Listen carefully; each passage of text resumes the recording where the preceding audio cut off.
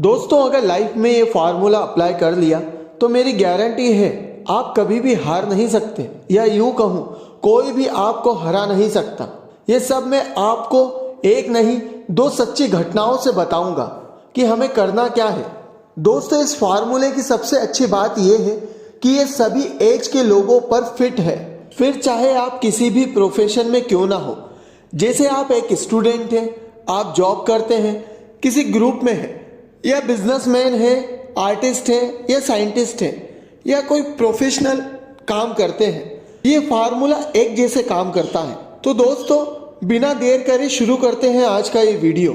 जिस फार्मूले की आज मैं बात कर रहा हूं उसे कहते हैं चालाक कैसे बने। आज आप जो हो, जहां हो, किसी भी वर्क प्लेस पर क्यों ना हो, जो आपसे बड़ा है, आपका बॉस है, जो उम्र में आपसे बड़ा है, आपका कलीग है, इन सभी को आप कभी भी ये फील ना होने दो कि आप ही उनका सबसे बड़ा कंपटीशन हो। यदि आपको खेल में बना रहना है तो कभी भी आपके सामने वाले को ये पता मत चलने दो आप उससे ज्यादा जानते हो, कि आप उससे ज्यादा इंटेलिजेंट हो।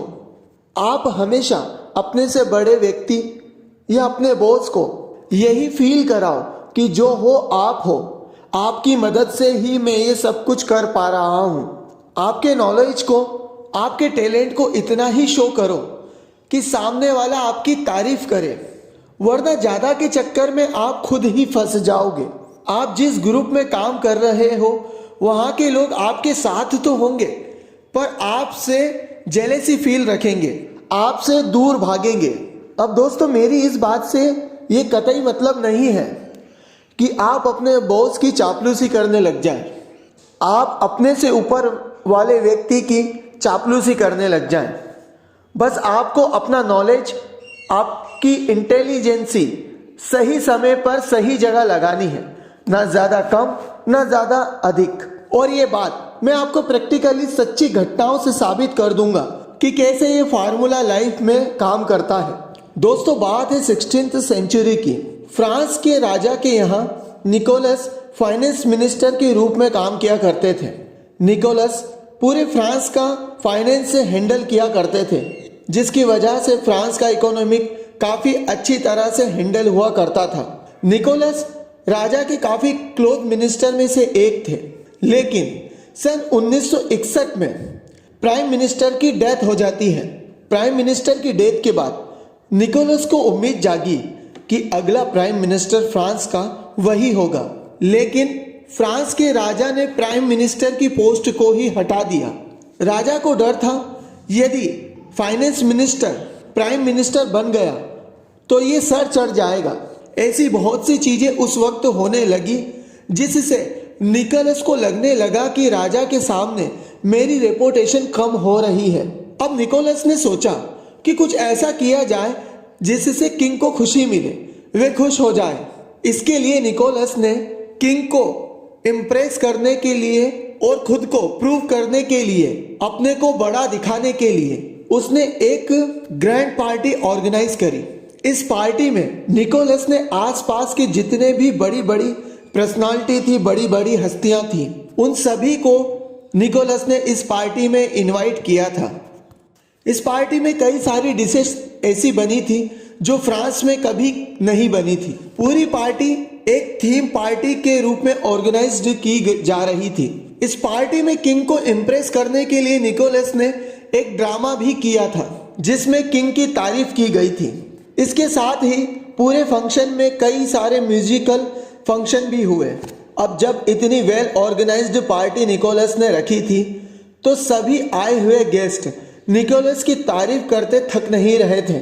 सभी का कहना था इतनी शानदार पार्टी अपनी लाइफ में नहीं देखी।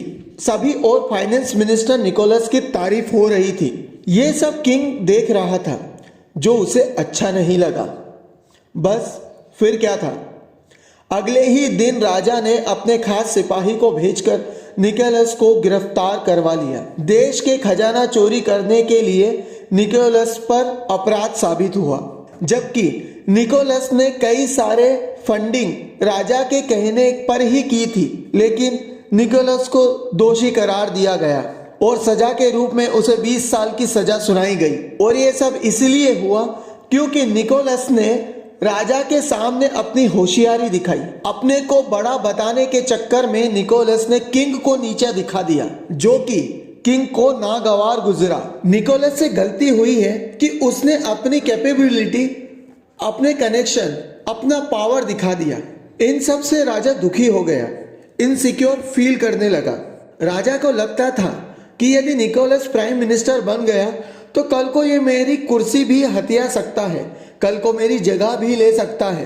तो दोस्तों, ये तो बात थी निकोलस की, जिसने जरूरत से ज्यादा अपनी समझदारी दिखाई और खुद ही फंस गया।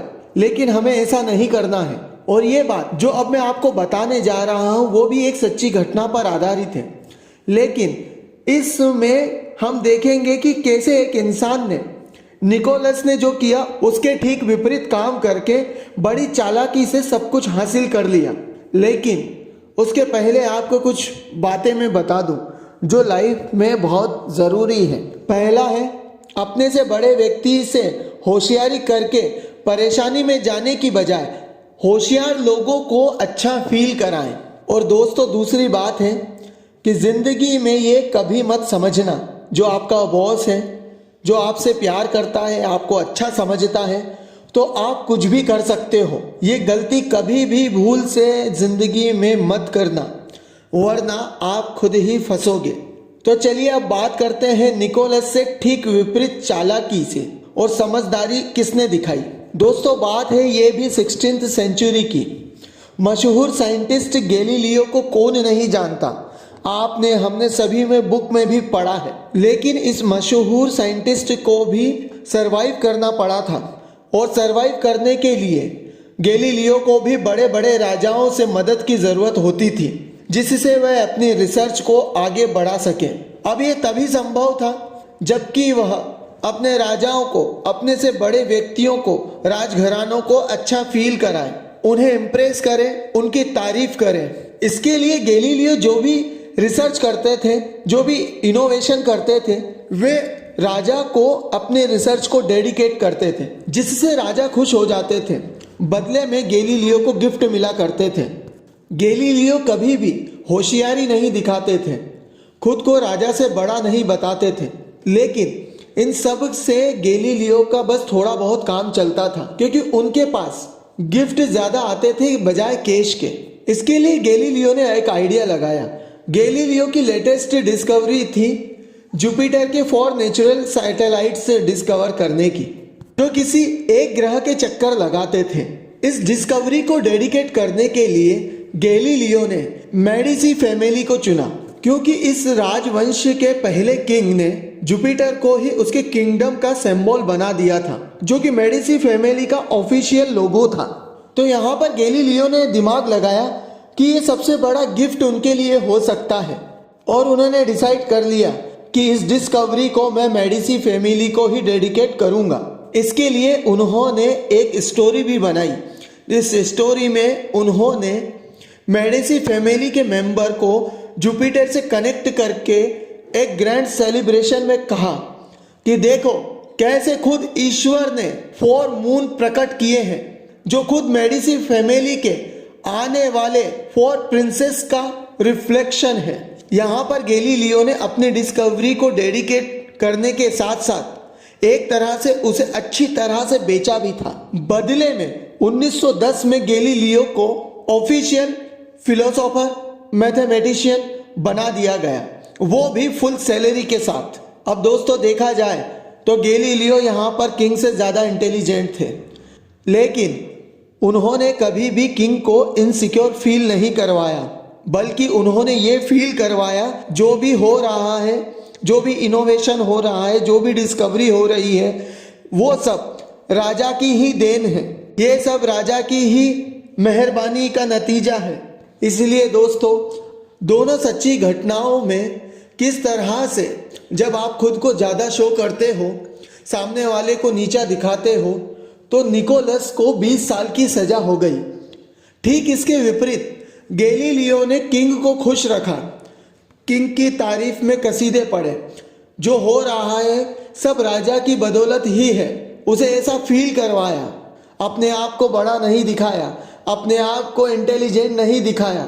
गैलीलियो ने चापलूसी नहीं की, लेकिन राजा को नीचा भी नहीं दिखाया।